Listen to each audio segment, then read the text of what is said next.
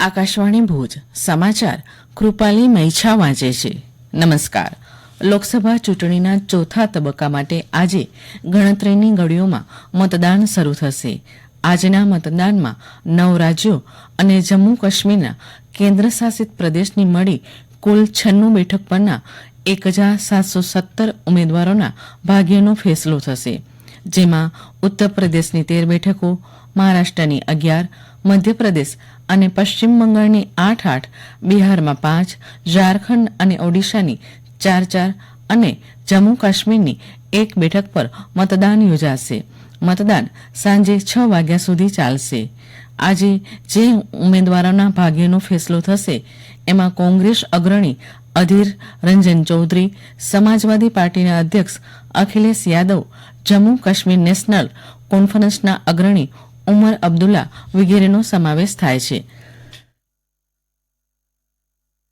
આઈપીએલની ગઈકાલે 2 મેચ રમાઈ હતી. પ્રથમ મેચમાં ચેન્નાઈ સુપર કિંગ્સની ટીમે રાજસ્થાન રોયલ્સને 5 વિકેટે હરાવી ત્રીજા સ્થાને આવી પ્લે ઓફની આશા જીવંત રાખી છે.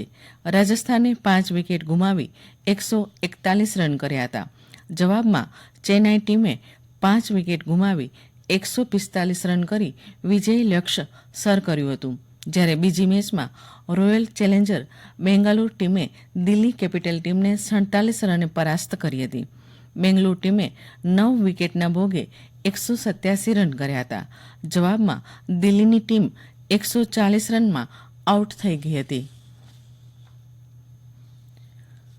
ઉત્તરાખંડના ચમોલી જિલ્લામાં આવેલા પ્રસિદ્ધ બદ્રીનાથ મંદિરના દ્વાર ગઈકાલે સવારે ભક્તો માટે ખોલવામાં આવ્યા હતા.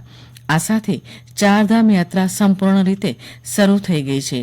અગાઉ 10મી મે બાકીના 3 ધામ ગંગોત્રી, યમનોત્રી અને કેદારનાથના કપાટ ખોલવામાં આવ્યા હતા. વૈદિક મંત્રોચ્ચાર અને શાસ્ત્રોક્ત વિધિ સાથે બદ્રીનાથ ધામના કપાટ ખોલવામાં આવ્યા હતા. આ પહેલા બ્રહ્મમુહૂર્ત દરમિયાન મંદિરની બહાર ગણેશ પૂજા થઈ હતી. આ અગાઉ મંદિરને ફૂલોથી શણગારવામાં આવ્યું હતું. પ્રથમ જ દિવસે શ્રદ્ધાળુઓએ દર્શન કરી ધન્યતા અનુભવી હતી. મુન્દ્રાના ઇન્ડિયન ઓઇલ કોર્પોરેશન ખાતે કેન્દ્રીય ઔદ્યોગિક સુરક્ષા દળની IOCL શાખા દ્વારા અગ્નિશમન સેવા સપ્તાહની ઉજવણી થઈ હતી. આ પ્રસંગે કેન્દ્રીય ઔદ્યોગિક સુરક્ષા દળના સભ્યો અને મહાનુભાવો ઉપસ્થિત રહ્યા હતા. કાર્યક્રમ દરમિયાન કેન્દ્રીય ઔદ્યોગિક સુરક્ષા દળની ટીમ દ્વારા વિવિધ પ્રકારની આગને કાબૂમાં લેવા અને બચાવ કામગીરી હાથ ધરવાનું જીવંત પ્રદર્શન રજૂ કરાયું હતું. ફાયર સેફ્ટી વીક દરમિયાન પ્લાન્ટના કામદારો, મહિલાઓ અને બાળકોમાં આગ સામે સુરક્ષા જાગૃતિ માટે વિવિધ સ્પર્ધાઓ યોજાઈ હતી. માતૃ દિવસની ઉજવણી અંતર્ગત GK જનરલ અદાણી હોસ્પિટલના ગાયનેક વિભાગે માતા બનવા જઈ રહેલી બહેનો માટે દિશા નિર્દેશો આપ્યા હતા.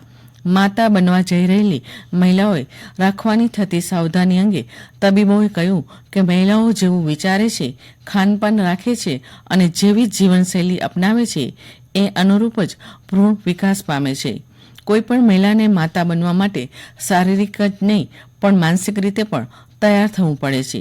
ગર્ભાવસ્થામાં સતત પાણી પીતા રહેવું, શાકભાજી, ફળફળાદી અને પૌષ્ટિક આહાર દ્વારા શરીરને રોગપ્રતિકારક બનાવવું એટલું જ જરૂરી બને છે.